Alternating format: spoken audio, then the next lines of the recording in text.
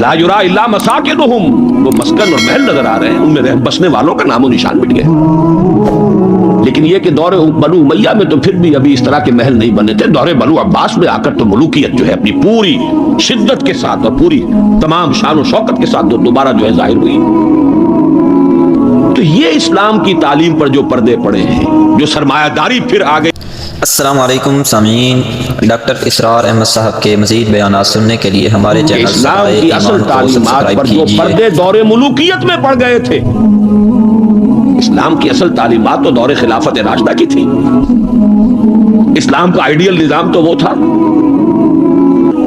کہ دور فاروقی میں سفیر آیا ہے ایران کا، اس نے پوچھا اینا ملککم، تمہارا بادشاہ کہاں؟ اسے جواب ملا لیسا لنا ملکن بل لنا امیرون، ہمارا کوئی بادشاہ نہیں ہے، ہمارا تو ایک امیر ہے، امیر المومنین ہے ہمارا۔ بھئی وہ کہاں ہے؟ کوئی محل نظر نہیں آ رہا ہے اس چھوٹی سی بستی کے اندر۔ وہ ہمارے فاروق رہتا کہاں ہے جس کے نام سے تھرا رہے ہیں شہنشاہوں کے ایوان، لرزہ طاری ہے جس کے نام سے، رہتا کہاں؟ بتایا گیا کہ بیت المال کے کچھ اونٹ گم ہو گئے تھے، ہمارا وہ خلیفہ ان کو تلاش کرنے باہر گیا ہوا ہے۔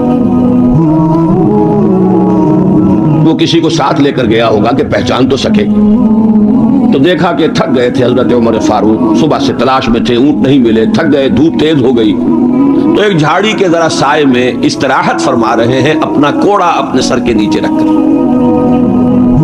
اس نے وہاں کھڑے ہو کر کہا اے عمر، تم انصاف کرتے ہو لہذا تمہیں کوئی خوف نہیں، ہمارے بادشاہ ظلم کرتے ہیں، ان کی جان کانپتی رہتی ہے، اونچی اونچی فصیلوں کے پیچھے بھی وہ لرزتے رہتے ہیں، انہیں باڈی گارڈز کی ضرورت ہے، ان کے لیے تو طرح طرح کی حفاظتوں کا سامان۔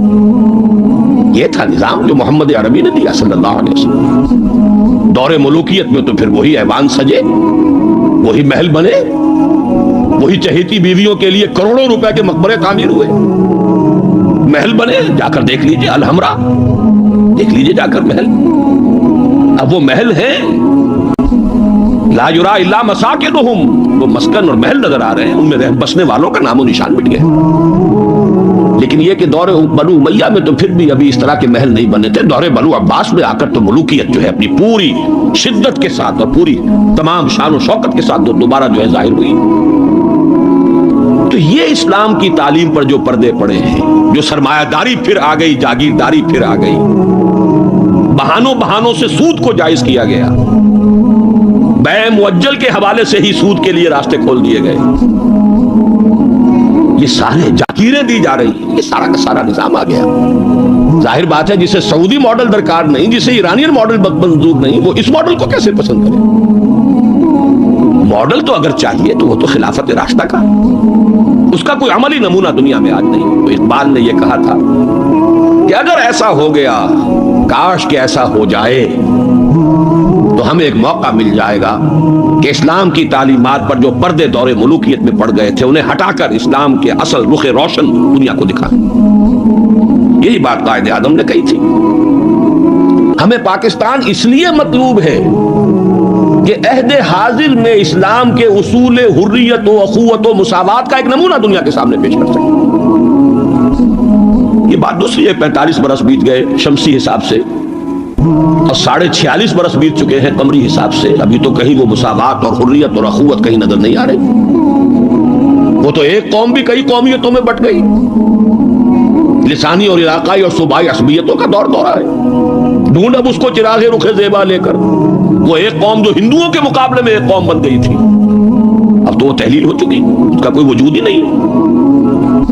میں بہرحال اس مرثیے پر زیادہ وقت صرف نہیں کرنا چاہتا، اس وقت عرض یہ کرنا ہے آج کے انسان کی اصل ضرورت ایک ماڈل، زبانی کلامی بات کوئی قبول نہیں کرے گا۔ خلافت راشدہ کی مدح کریں گے، وہ کہیں گے پدرم سلطان بود، تو راجے تم کیا، اپنی شکل دیکھو، تم کیا، تم تو ہم سے بدتر ہو، تمہارے ہاں ڈسکریمنیشن، سید زیادہ تو سید زیادہ ہے ہی ہے، اونچائی ہے، اخلاق کا کتنا ہی پست ہو، اور یہ مسلی یہ تو ہے ہی نیچ، چاہے اخلاق اور کردار میں کتنا ہی اونچا ہو جائے۔ یوں تو سید بھی ہو، مرزا بھی ہو، افغان بھی ہو، تم سبھی کچھ ہو، بتاؤ تو مسلمان بھی ہو، تمہارا تمدن، تمہاری تہذیب، تمہارا نظام بدترین نظام. بڑے پیارے اشعار کہے علامہ اقبال نے، کہلوائے تو ہے ابلیس کی زبان سے، اصل میں اس کے پردے میں پیغام اپنا دیا ہے. اور ان کی یہ نظم جو ہے ابلیس کی مجلس شورا، ان کے انتقال کے بعد چھپی ہے، یہ آخری دور ہے ان کا. اس لیے میں کہا کرتا ہوں کہ اقبال کا پیغام اگر دیکھنا ہو امت مسلمہ کے نام تو یہ نظم جو ہے ابلیس کی مجلس شورا، یہ ان کا آخری پیغام. یہ ظاہر بات ہے کہ وہ کوئی نبی تو نہیں تھے معاذ اللہ، عام انسان تھے، ذہنی ارتقاء کے مختلف مراحل سے گزرے ہیں. تو ان کا ارتقاء جہاں تک ہوا ہے اس کی آخری صورت جو ہے وہ نظمیں ہیں کہ جو ارمغان حجاز میں شامل. جانتا ہوں میں یہ امت حامل قرآن نہیں ہے، وہی سرمایہ داری بندہ مومن کا دین. جانتا ہوں میں کہ مشرق کی اندھیری رات میں بے ید بیضا ہے پیران حرم کی آستی. عصر حاضر کے تقاضاؤں سے ہے لیکن یہ خوف، یہ ابلیس کہہ رہا ہے، عصر حاضر کے تقاضاؤں سے ہے لیکن یہ خوف، ہو نہ جائے آشکارا شرع پیغمبر کہیں. الحذر، آئین پیغمبر سے 100 بار الحذر. حافظ ناموس زن، یہ ہے معاشرت، مرد آزما مرد آفری. موت کا پیغام ہر نوع غلامی کے لیے، نہ کوئی فغفور و خاکہ نہ گدائے رہنشی. کرتا ہے دولت کو ہر آلودگی سے پاک و صاف، منعموں کو مال و دولت کا بناتا ہے امین. اس سے بڑھ کر اور کیا فکر و عمل کا انقلاب، بادشاہوں کی نہیں اللہ کی ہے یہ زمین. یہ ہے انقلاب. چشم عالم سے رہے پوشیدہ یہ آئیں تو خوب، ابلیس کہہ رہا ہے نا، چشم عالم سے رہے پوشیدہ یہ آئیں تو خوب. یہ غنیمت ہے کہ خود مومن ہے محروم یقین. یہ ماڈل آج کے انسان کی اصل ضرورت ہے. اب میں آپ کو بتاتا ہوں نبی اکرم صلی اللہ علیہ وسلم نے یہ ماڈل دیا کہ نہیں دیا. حضور صلی اللہ علیہ وسلم کا یہ ماڈل آج دنیا کا ہر باشعور انسان یہ ماننے پر مجبور ہے کہ آئیڈیل ماڈل. بدترین دشمنوں نے اقرار کیا. ایم این رائے 1920 میں لیکچر دیا اس نے، ہسٹوریکل رول آف اسلام، لاہور میں دیا. وہ کتاب اب بھی بھارت میں چھپتی ہے. اس نے کہا کہ تاریخ انسانی کا عظیم ترین انقلاب وہ ہے جو محمد نے برپا کیا صلی اللہ علیہ وسلم. گاندھی نے 1937 میں جب پہلی مرتبہ ہندوستان میں انگریزوں نے ہمیں کچھ تھوڑی سی سیلف گورنمنٹ دینی شروع کی تھی، 35 کا ایکٹ جو ہے گورنمنٹ آف انڈیا ایکٹ 1935، اس کے نتیجے میں پھر الیکشنز ہوئے سن 36 میں، اور پھر وزارتیں بنی اور پورے ہندوستان میں کانگریس کی وزارت. ہریجن میں مقالہ لکھا گاندھی نے اور اپنے ان وزیروں کو کہا، ہدایت کی کہ ابو بکر اور عمر کے ماڈل کو سامنے رکھنا. میں تمہارے سامنے ابو بکر اور عمر کی مثال پیش کروں. مجھے ایک واقعہ اور یاد آیا ہے. یہ تو چیز چھپی ہوئی ہے، ہریجن کا مقالہ ہے، اس کو تو کوئی شخص ویریفائی کر سکتا ہے. ایک واقعہ جو ہے یہ ایک روایت ہے. میں جب پہلی مرتبہ حیدرآباد دکن گیا تھا، یہ آج سے کوئی 10 سال پہلے کی بات ہے، وہاں ایک مولانا ابوالکلام آزاد انسٹیٹیوٹ ہے، اس میں میری ایک تقریر تھی. کھچا کھچ بھرا ہوا ہال. ایک صاحب جو گورنر رہے تھے، پرانے کانگریسی، بوڑھے 80 برس کی عمر کے گورنر رہے تھے بہار کے، بھی نام مجھے اس وقت ذہن سے اتر گیا ہے، وہ ان کی صدارت تھی. وہاں میں نے تقریر کی مولانا ابوالکلام آزاد مرحوم کے ایک زندگی کے بارے میں. اب اس کا تفصیل میں یہاں بیان نہیں کروں گا. تو ایک صاحب جو وہاں ریٹائر ہوئے تھے عثمانیہ یونیورسٹی سے as head of the political science department, وہ مجھ سے ملے. انہوں نے ایک تو مجھے یہ کہا کہ آج تک ابوالکلام کے بارے میں اگرچہ میں نے 20 لوگوں کو پی ایچ ڈی کرا دی ہے مولانا ابوالکلام آزاد کی زندگی اور ان کے خیالات، افکار، نظریات، ان پر 20 کو میں نے پی ایچ ڈی کرائی ہے اپنی نگرانی میں، لیکن اتنا کلیئر کانسیپٹ میرے سامنے ابوالکلام کا آج تک نہیں تھا. اور وہ 2 جملے میں بیان کر دیتا ہوں. میں نے یہ کہا کہ ابوالکلام کی زندگی کے 2 دور تھے، 1912 سے لے کر کا اور 1920 تک کا ابوالکلام یہ تسلسل تھا تحریک شہیدین کا. سید احمد بریلوی رحمۃ اللہ علیہ اور شاہ اسماعیل شہید رحمہ اللہ، ان کی جو تحریک جہاد تھی اس کا معنوی تسلسل ہے ابوالکلام، الہلال اور البلاغ والا ابوالکلام. لیکن پھر 1920 میں اس نے ہمت ہار دی. ماحول سے تعاون نہیں ملا، مخالفت ہوئی علماء کی طرف سے، اس کھاتے کو بند کر کے حزب اللہ کا کھاتا، حکومت الہیہ کے قیام کی جد و جہد، یہ چیپٹر کلوز کیا ابوالکلام۔ 1920 سے لے کر اور پھر 1958 تک اپنے انتقال تک کا یہ جو دور ہے ابوالکلام کا، یہ ہے 1857 کی جنگ آزادی کا تسلسل۔ اگر آپ کے ذہن میں اپنی پچھلی صدی کی یہ دو تحریکیں ہوں، 1930 کی جو تحریک تھی 1830 کی، 1826 سے لے کر 1831 میں پھر شہادت ہوئی ہے بالا کوٹ میں، یہ جو تحریک تھی اس کا تسلسل ہے الہلال اور البلاغ والا ابوالکلام۔ 1857 میں جنگ آزادی تھی، انگریز کے خلاف بغاوت، اسے غدر کہتے تھے، اب جنگ آزادی کہتے ہیں۔ انگریزی دور میں ہم نے جب تاریخ پڑھی تھی تو وہ غدر کے نام سے تھی، اس میں ہندو اور مسلمان دونوں شریک تھے، متحدہ جد و جہد تھی انگریز سے نجات پانے کی۔ تو ابوالکلام کی 1920 کے بعد سے لے کر باقی زندگی جو ہے وہ در حقیقت مانوی تسلسل ہے اس جنگ آزادی کا جو 1857 میں لڑی گئی اور ناکام ہو گئی۔ ناکام تو وہ بھی ہو گئی، تحریک شہیدین بھی ناکام، 1857 کی جنگ آزادی بھی ہو گئی۔ بہرحال انہوں نے ایک بات تو یہ بتائی، اور مجھے اصل میں جو یاد آیا تھا معاملہ وہ ان کے ایک اور قول کا تھا۔ 1917 میں وہ کہتے ہیں کہ میں علی گڑھ میں پڑھتا تھا، اس وقت تک وہ صرف ایک کالج تھا، ابھی یونیورسٹی نہیں بنا تھا، اور ہاسٹل میں رہتا تھا۔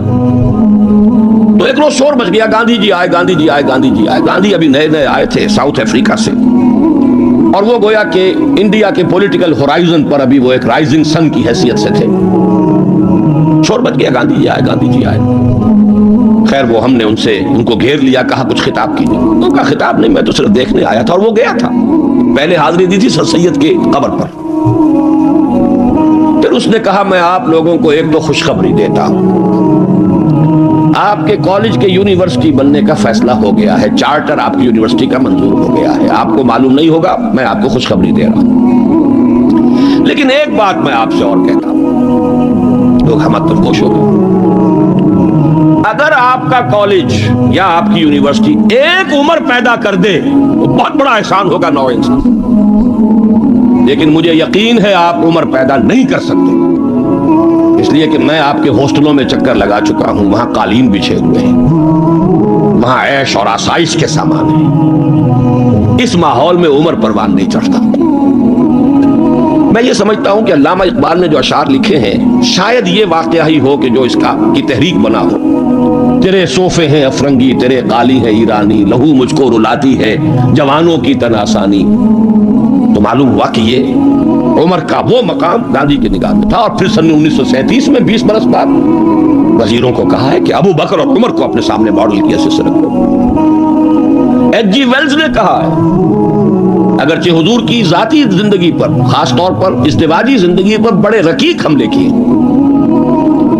لیکن پھر اس نے جب حجۃ الوداع کے ذکر پر آتا ہے concise history of the world میں، اس کا پرانا آپ کو کوئی ایڈیشن تلاش کرنا ہوگا، نئے ایڈیشن میں سے یہ پیسیجز نکال دیے ہیں نئے ایڈیٹرز نے، لیکن یہاں کی یونیورسٹی سے میں نے نکلوا کر ایک دفعہ ویریفائی کیا تھا، چونکہ مجھے تو بہت پرانے یہ الفاظ یاد تھے، لیکن پھر میں نے انہیں تازہ کیا کراچی یونیورسٹی کی لائبریری سے۔ اس میں وہ لکھتا ہے، وہ حضور کے خطبے کے الفاظ نقل کر کے، لا فضل لعربی علی عجمی ولا لعجمی علی عربی ولا لاحمر علی اسود ولا لاسود علی احمر الا بالتقوی کلکم بنو آدم وآدم من تراب۔ اس کا ترجمہ دے کر پھر لکھتا ہے کہ اگرچہ ہیومن فریٹرنٹی، فریڈم اور ایکویلٹی کے سرمنز تو پہلے بھی بہت کہے گئے تھے، جیزس آف نزارت کے ہاں حضرت مسیح کا تذکرہ کر رہا ہے، جیزس آف نزارت کے ہاں بھی سرمنز تو بہت ہیں، لیکن یہ ماننا پڑتا ہے کہ تاریخ انسانی میں پہلی مرتبہ محمد نے ان اصولوں پر ایک معاشرہ قائم کر کے دکھایا۔ اس سے بڑا ٹریبیوٹ کیا ہوگا؟ اور دشمن ہے، ذاتی اعتبار سے حملے کر رہا ہے، رقیق حملے کر رہا ہے، استہزاء کر رہا ہے یہ تعدد ازدواج کا، لیکن یہ بات ماننے پر مجبور ہے کہ انسانی تاریخ میں پہلی مرتبہ انسان کی حریت، اخوت اور مساوات کے اصولوں پر مبنی ایک نظام قائم کیا محمد صلی اللہ علیہ وسلم۔ اور نوٹ کیجئے یہی 3 الفاظ قائد اعظم نے استعمال کیے تھے۔ ہم پاکستان اس لیے چاہتے ہیں کہ عہد حاضر میں اسلام کے اصول حریت و اخوت و مساوات کا ایک نمونہ دنیا کو دکھائیں۔ اسی طرح پھر ڈاکٹر مائیکل ہارٹ کی دی 100 مشہور کتاب ہے، بہرحال یہ ماڈل، یہ رحمت محمد الرسول اللہ صلی اللہ علیہ وسلم انسان کو عطا کر چکے ہیں، اور اپنے تو بہرحال مدح کریں گے ہی، اپنوں کی تو آنکھ محبت اور عقیدت کی آنکھ ہے، لیکن میں نے یہ گواہیاں دی ہیں اغیار کی، دشمنوں کی۔ اب آئیے دوسری آیت کی طرف۔ لقد کان لکم فی رسول اللہ اسوۃ حسنہ، یہاں خطاب ہو رہا ہے تمہارے لیے اللہ کے رسول کی زندگی میں، اللہ کے رسول کی شخصیت میں ایک عمدہ نمونہ ہے۔ پہلے تو غور کیجئے لکم سے مراد کیا ہے؟ یہاں خطاب مسلمانوں سے ہے، یہاں پوری نوع انسانی سے نہیں ہے، یہ فرق ہے، نوٹ کر لیجئے۔ پہلی آیت کے مقابلے میں خطاب کا رخ اس آیت میں یہ محدود ہے، مسلمانوں کی طرف خطاب۔ اے مسلمانوں، تمہارے لیے رسول کی شخصیت میں ایک عمدہ نمونہ ہے۔ آپ کہیں گے کس دلیل سے یہ کہہ رہے ہیں؟ اسی آیت کا جو دوسرا ٹکڑا ہے وہ عام طور پر پڑھا نہیں جاتا۔ لقد کان لکم فی رسول اللہ اسوۃ حسنۃ لمن کان یرجو اللہ والیوم الآخر وذکر اللہ کثیرا، اس شخص کے لیے اسوہ ہے حضور کی زندگی اور شخصیت جو تین شرطیں پوری کرے، جیسے کہ قرآن مجید خود اپنے بارے میں کہتا ہے ھدی للناس شہر رمضان الذی انزل فیہ القرآن ھدی للناس وبینات من الھدی والفرقان، لیکن سورہ بقرہ ہی کے شروع میں کہتا ہے ھدی للمتقین۔ ستیارتھ پرکاش کے مصنف نے سوامی دیانند سرسوتی نے تو اعتراض کیا تھا اس پر۔ 14واں باب، بدنام زمانہ 14واں باب یاد ہوگا۔ اس کا حل کیا ہے اس اشکال کا؟ قرآن اپنی جگہ ہدایت ہے پوری نوع انسانی کے لیے تا قیام قیامت، لیکن اس سے استفادہ وہی کرے گا جس میں استفادے کی پیاس اور طلب، پیاس ہی نہیں، بہترین مشروب رکھ دیجئے پیے گا نہیں انسان، بھوک نہیں، بیماری کی وجہ سے ذائقہ منہ کا خراب ہے۔ آپ نے دیکھا ہوگا ماؤں کو بیچاریاں بچوں کی کیسی کیسی خوش آمدیں کرتی ہیں، بیٹے کچھ کھا لو، یہ کھا لو، وہ کھا لو، یہ، لیکن اس کا منہ کا ذائقہ بگڑا ہوا کچھ نہیں کھاتا، بھوک مری ہوئی ہے کچھ نہیں کھاتا۔ تو جس میں ہدایت کی طلب نہیں ہوگی قرآن اس کو ہدایت نہیں دے گا۔ اپنی جگہ ھدی للناس، استفادے کے لیے شرط ہے، پیاس ہو طلب ہو تب۔ اسی طرح حضور کی زندگی اسوہ کاملہ، اپنی جگہ مکمل ہر اعتبار سے، لیکن اس سے استفادہ کرنے کے لیے تین شرطیں ہیں۔ لقد کان لکم فی رسول اللہ اسوۃ حسنۃ لمن کان یرجو اللہ والیوم الآخر وذکر اللہ کثیرا، اس کے لیے اسوہ ہے کہ جو اللہ سے ملاقات کا امیدوار ہے، یوم آخرت پر یقین رکھتا ہے، حساب کتاب کا یقین ہے، اور اللہ کا ذکر کرتا ہو کثرت کے ساتھ، اس کے لیے بہت اہم ہے یہ نکتہ جو عام طور پر اس آیت کا دوسرا ٹکڑا جو ہے وہ سنایا ہی نہیں جاتا۔ لقد کان لکم فی رسول اللہ اسوۃ حسنۃ لمن کان یرجو اللہ والیوم الآخر وذکر اللہ کثیرا اللہم ربنا اجعلنا منہم، اے اللہ ہمیں ان لوگوں میں شامل فرما جو ان تین شرطوں کو پورا کر کے اور محمد الرسول اللہ صلی اللہ علیہ وسلم کی اسوہ حسنہ سے استفادہ کر سکے۔ اب نوٹ کیجئے حضور کا یہ اسوہ نمونہ کس کس پہلو سے، اس میں بھی ذرا تین مراحل آئیں گے۔ سب سے پہلے یہ کہ ایک فرد کی حیثیت سے اسوہ کاملہ، خاص طور پر میرے نزدیک تو یہ سیرت النبی کا اعجاز ہے، معجزہ ہے، اگرچہ حضور کا سب سے بڑا معجزہ قرآن ہے، لیکن خود اپنی جگہ پر سیرت النبی معجزہ ہے۔ کس معنی میں؟ انسان کی جتنی حیثیتوں کا آپ تصور کر سکتے ہیں ان تمام حیثیتوں میں اسوہ موجود ہے محمد الرسول اللہ صلی اللہ علیہ وسلم۔ باپ کی حیثیت سے اسوہ موجود، حضرت مسیح کی زندگی میں تو نہیں، انہوں نے شادی نہیں کی۔ شوہر کی حیثیت سے اسوہ موجود،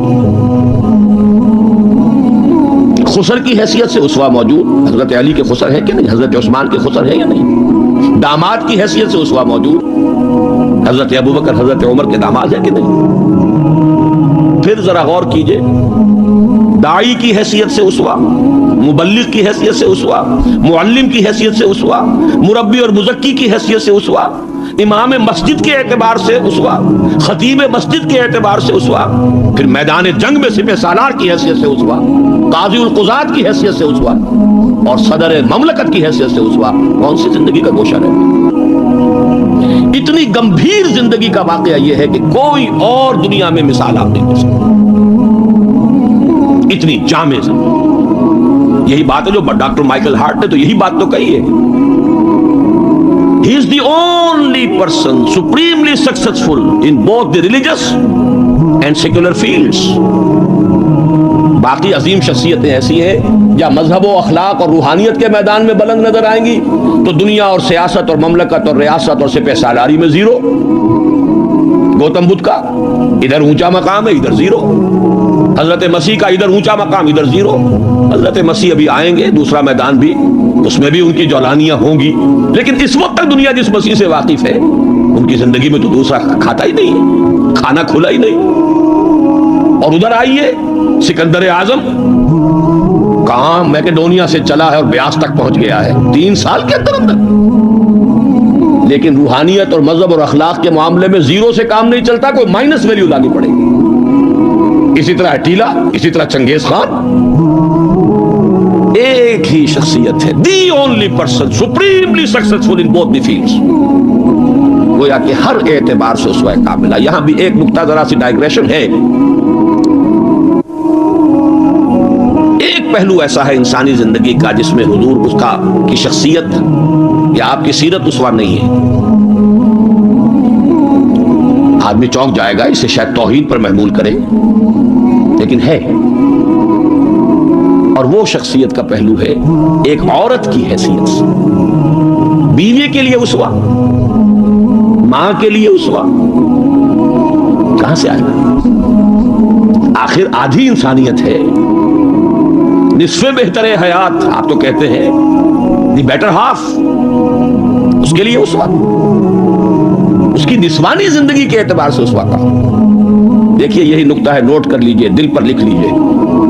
یہی وجہ ہے کہ جس سورہ مبارکہ میں یہ آیت آئی ہے لَقَدْ كَانَ لَكُمْ فِي رَسُولِ اللَّهِ أُسْوَةٌ حَسَنَةٌ، اسی میں فرمایا گیا اے نبی کی بیویوں تمہیں اسوہ بننا ہے پوری نوع انسانی۔ یا نساء النبی لستن کاحد من النساء، اے نبی کی بیویوں تم عام عورتوں کے مانند نہیں۔ نبی کی زندگی میں جو خلا ہے، اس لیے کہ وہ مرد ہے، اسوہ کے اعتبار سے جو خلا رہ گیا ہے اسے تمہیں پر کرنا ہے۔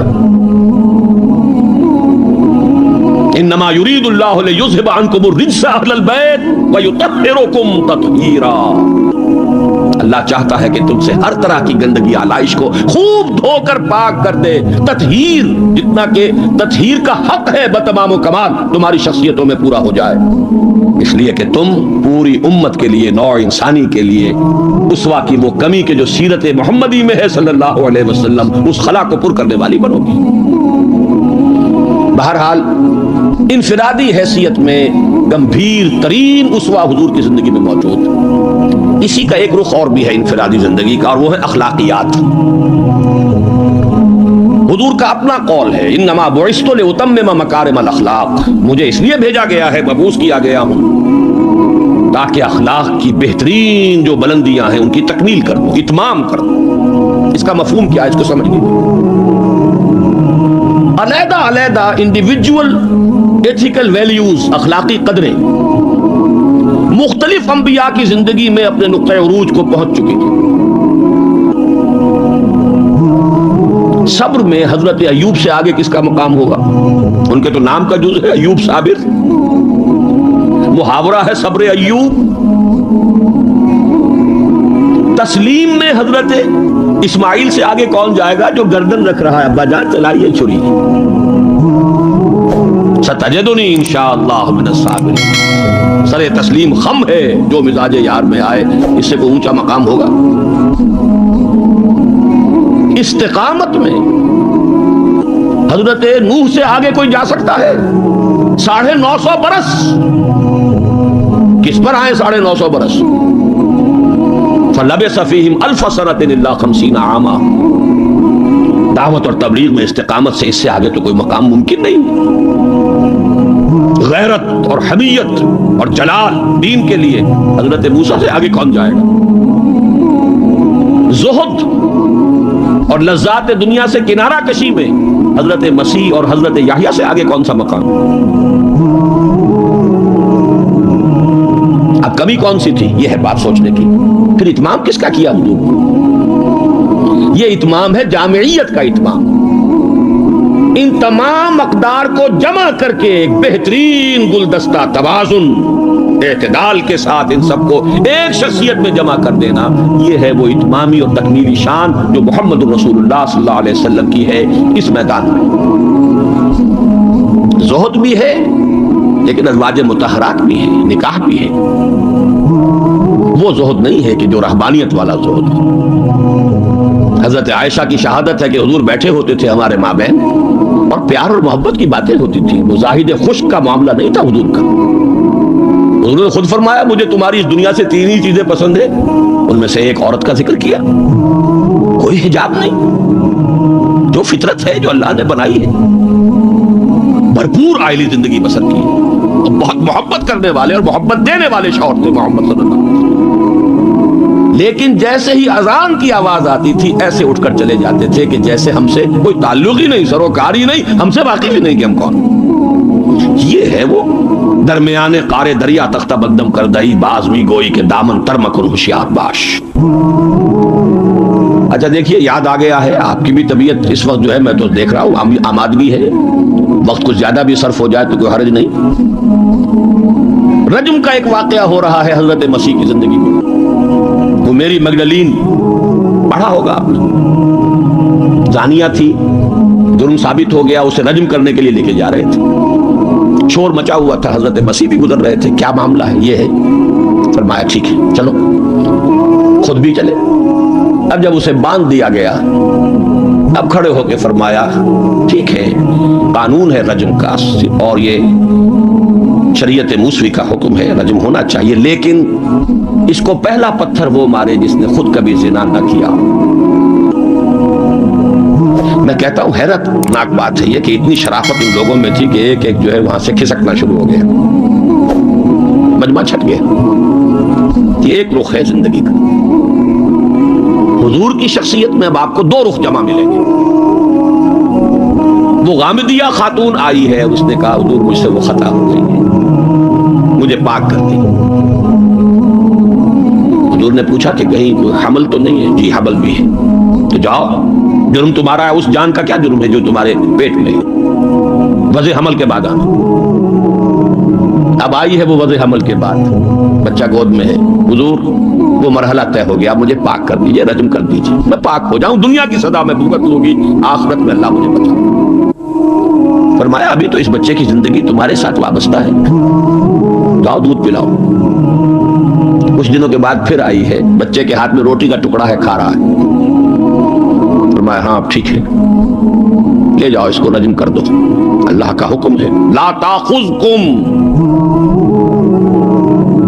رافت فی دین اللہ ولا تاخذکم بہما رافت فی دین اللہ. اللہ کا حکم ہے، کرنا ہوگا، چاہے اپنے سینے پر پتھر رکھنا پڑے، اب رجم کرنا. لیکن جب رجم ہو گیا ہے اور وہ خاتون جو ہے ان کا انتقال ہو گیا، کسی کی زبان سے نکل گیا کتنی بے حیا عورت تھی، حضور نے ڈانٹ دیا. نہیں، اس عورت نے وہ توبہ کی ہے کہ اگر تمام مدینے والوں پر تقسیم کر دی جائے تو سب کی نجات کا ذریعہ بن جائے. یہ توازن ہے. حکم رب کا نفاذ بھی ہے، اس میں اپنی ذاتی شفقت کو آڑے نہیں آنے دینا ہے. لیکن یہ نہیں ہے کہ اس سے کوئی سوء ظن ہو. مریض سے دشمنی نہیں ہوتی، مرض سے دشمنی ہوتی. مریض سے تو ہمدردی ہوتی، اور اس نے تو وہ توبہ کی ہے. بہرحال انفرادی سطح پر میں نے ایک تو عرض کیا کہ اسوہ محمدی کی جامعیت کبریٰ. نمبر 2، اخلاقی میدان میں تکمیل، یعنی تمام جتنی اخلاقی اقدار ہیں بلند اور اعلیٰ، ان کا مجموعہ حسین گلدستہ جس میں ہر شے اپنے اپنے مقام پر صحیح توازن اور اعتدال کے ساتھ ہے. یہ ہے خاص معاملہ محمد الرسول اللہ صلی اللہ علیہ وسلم. دوسرا اسوہ حضور کا وہ میں بیان کر چکا، ایک ماڈل پیش کر دیا، نوع انسانی کے لیے ایک ماڈل، وہ نظام قائم کیا۔ کس نے کیا؟ محمد رسول اللہ نے کیا صلی اللہ علیہ وسلم۔ اگرچہ یہ نوٹ کر لیجئے کہ اس ماڈل کا جو اصل ہے دور، وہ ہے دور فاروقی۔ یہاں بھی کہیں آپ یہ نہ کہیں توہین کر رہا، دور نبوی نہیں ہے اس کا ماڈل۔ کیوں؟ حضور کی حیات طیبہ میں تو ابھی انقلابی عمل جاری تھا، ریولوشنری پروسیس تھا اپنے پورے جوبن کے اوپر، نظام قائم ہوا اور آپ کا انتقال ہو گیا، بلکہ آپ نے خود چوز کیا ہے۔ اللہم فی الرفیق الاعلیٰ، اے اللہ بس میرا کام پورا ہو گیا، اب میں مزید یہاں رہنے کو تیار نہیں۔ خود خطبہ دیا آپ نے، بلکہ اسے اگر سوء ادب نہ سمجھا جائے تو میرے دل میں تو ایک بات ہے کہ اگر حضور کے قدموں میں اللہ نے پہنچا دیا میدان قیامت میں یا عالم آخرت میں، تو شکوہ کروں گا کہ حضور آپ نے جلدی کی۔ ابھی جو عرب ایمان لائے تھے یدخلون فی دین اللہ افواجا، ابھی ان کی کچھ اور تربیت آپ فرماتے، کچھ اور دن آپ دنیا میں قیام فرماتے۔ چوائس ہوتا ہے نبی کا، یہ تو حضور کی حدیث ہے۔ انبیاء کا معاملہ خاص ہے کہ جب وقت آ جاتا ہے اس وقت انہیں چوائس دے دیا جاتا ہے، ابھی مزید رہنا چاہتے ہیں تو رہیے، اور اگر واپس آنا چاہتے ہیں تو ٹھیک ہے، آپ کا وہ وقت جو ہے ہو چکا۔ اسی پر تو حضور نے فرمایا تھا مرض وفات میں جب ذرا سا وقفہ ہوا ہے اور افاقہ ہوا ہے، حضرت ابوبکر نماز پڑھا رہے تھے مسجد نبوی میں، اور حضور پھر اپنے اس افاقے کی وجہ سے حضرت علی اور حضرت عباس رضی اللہ تعالی عنہما کے کندھوں پر اپنا ایک ایک ہاتھ دست مبارک رکھ کر مسجد میں تشریف لائے ہیں۔ حضرت ابوبکر ہٹنے لگے پیچھے، جب آپ امامت فرمایا آپ نے اشارے سے کہا نہیں تو میں امامت کروں۔ حضرت ابوبکر کے پہلو میں بیٹھ گئے، کھڑے نہیں رہ سکے۔ اب آپ نماز پڑھ رہے تھے، حضرت ابوبکر آپ کی اقتدا کر رہے تھے، اور باقی پوری جماعت حضرت ابوبکر کی اقتدا کر رہے تھے۔ یہ خاص نماز ہے، یہ ایک ہی نماز ہے بس جو اس رنگ میں پڑھی گئی۔ اس نماز کے بعد آپ نے خطبہ دیا۔ اللہ نے اپنے ایک بندے کو یہ اختیار دیا ہے، چاہے وہ دنیا میں رہے اور چاہے وہ واپس آ جائے، بندے نے اللہ کی طرف لوٹنے کو قبول کر لیا۔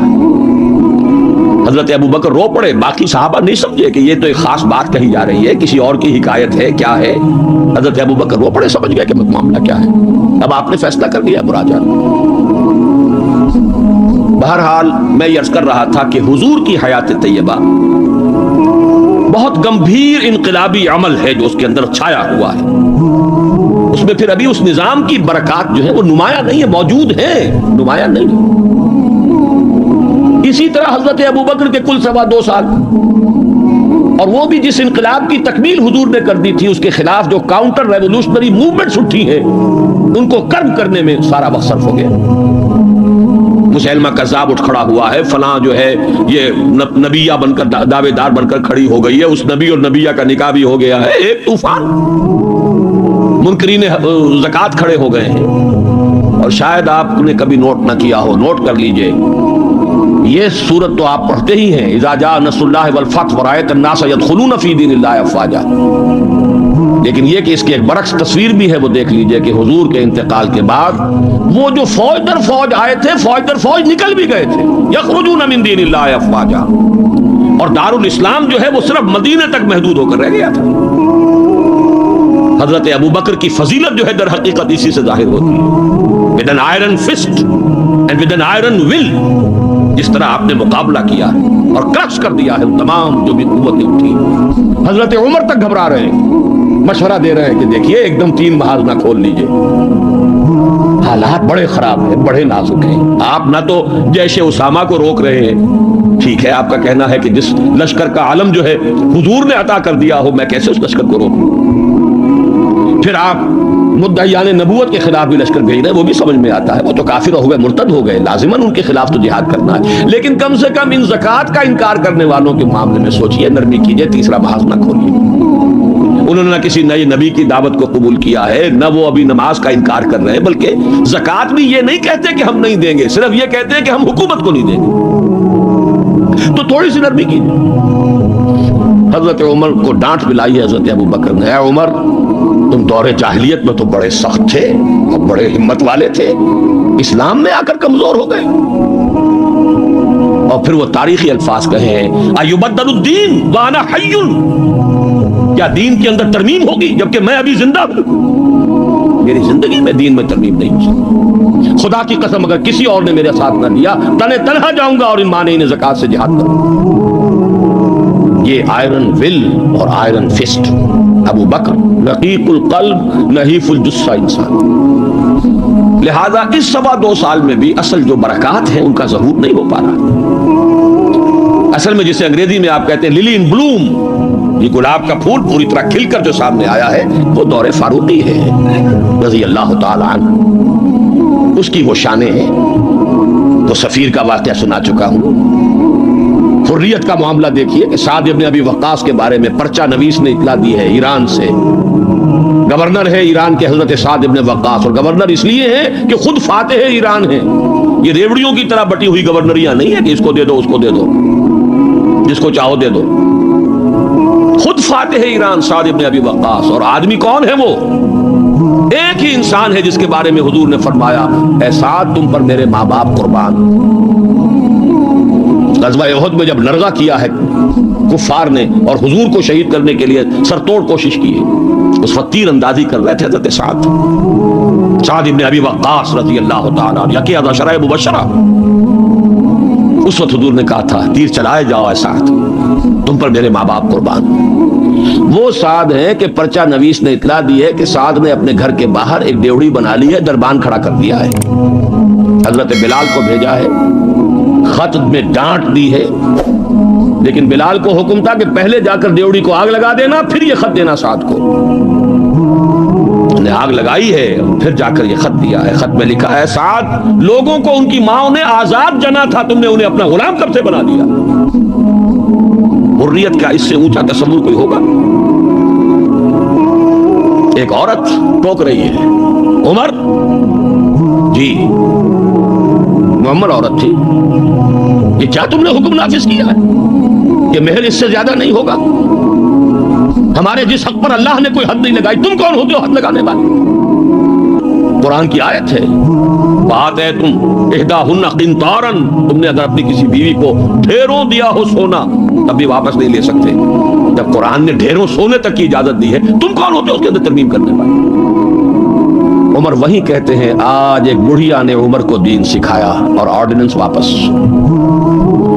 حریت، احتساب، تنقید، مساوات، اگر یہ کچھ چڑیاؤں کے نام ہیں ہمارے لیے تو یہ چڑیاں ہیں، ان کا ہے، صرف شکلیں ہیں، نام ہے، حقیقت کہیں نہیں. ان تمام چیزوں کی بتمام و کمال حقیقت دیکھنی ہو تو حضرت فاروق کا دور، بیت المقدس کا سفر کر رہے ہیں اور ایک اونٹ تقریباً 700 میل کا سفر ہے. کوئی نجی سفر نہیں ہے، کوئی انٹوریج نہیں ہے، کوئی 250 300 400 آدمی ساتھ نہیں ہے، کوئی پورا بوئنگ 747 نہیں لے جایا گیا عمرے کے لیے. ایک اونٹ ایک خادم، اسی اونٹ پر راشن بھی ہے، لہذا بیک وقت 2 آدمی نہیں بیٹھ سکتے، ایک ہی آدمی سواری کر سکتا. ایک منزل میں خلیفہ وقت اوپر بیٹھے ہیں اور خادم نکیل پکڑ کر آگے چل رہا ہے. اگلی منزل میں خادم اوپر بیٹھا ہے اور خلیفہ وقت نکیل پکڑ کر چل رہا ہے. اور آخری وقت میں باری اتفاقاً آ گئی خادم کی. اس نے ہاتھ جوڑ دیا کہ خدا کے لیے لوگ کیا کہیں گے، میرے سر ہو جائیں گے. فرمایا نہیں، الدور دورک، نہیں، باری تمہاری. اور اس محاذ پر تھے کون؟ کمانڈر ابو عبیدہ بن الجراح رضی اللہ تعالی عنہ، امین هذه الامہ. جب غلغلہ ہوا آ گئے عمر، آ گئے عمر، آ گئے، تشریف لے آئے. اب وہ آئے ہیں استقبال کے لیے، دیکھا کپڑے سخت میلے، ننگے پاؤں، درمیان میں کہیں کیچڑ آیا تھا، پیدل چل کے آ رہے تھے تو جوتے بھی ہاتھ میں لے لیے تھے. کہا یہ آپ کیا کر رہے ہیں؟ اپنا حلیہ کوئی درست کیجئے، یہ بڑا متمدن ملک ہے، بڑے مہذب لوگ ہیں یہ شام کے لوگ، کیا کہیں گے؟ ڈانٹ ملائی ہے حضرت ابو عبیدہ کو بھی.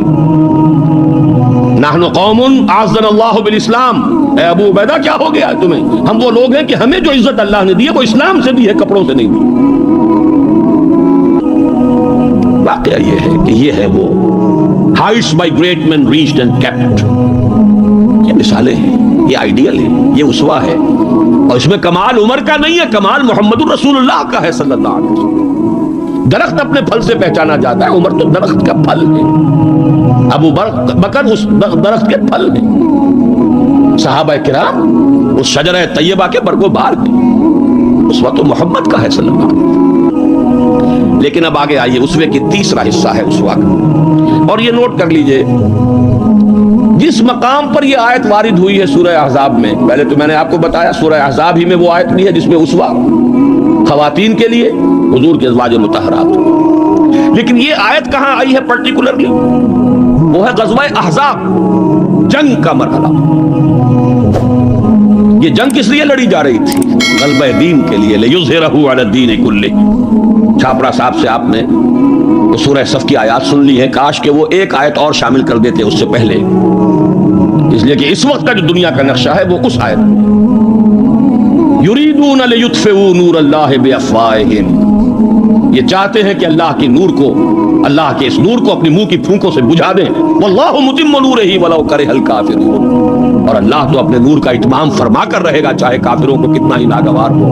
هو الذی ارسل رسولہ بالہدی ودین الحق لیظہرہ علی الدین کلہ ولو کرہ المشرکون. اس کا ترجمہ آپ سن چکے ہیں. وہ یہ اللہ جس نے بھیجا اپنے رسول کو الہدا اور دین حق دے کر تاکہ غالب کریں اس کے کل کے کل دین پر، پورے کے پورے نظام زندگی پر، تمام کے تمام نظاموں پر، دینوں پر، چاہے مشرکوں کو کتنا ہی ناگوار ہو. اسی کے لیے جہاد کی پکار ہے. هل ادلکم علی تجارۃ تنجیکم من عذاب الیم تؤمنون باللہ ورسولہ وتجاہدون فی سبیل اللہ باموالکم وانفسکم. اسی کے لیے قتال کی ترغیب ہے، یہ اس پہلے حصے میں ہے. ان اللہ یحب الذین یقاتلون فی سبیلہ صفا کانہم بنیان مرصوص. تو حضور کا ایک اسوہ تو پوری نوع انسانی کے لیے ہے، وہ ماڈل جو آپ نے دکھا دیا، قائم کر کے نظام کی ایک مثال دنیا کے سامنے پیش کر دی.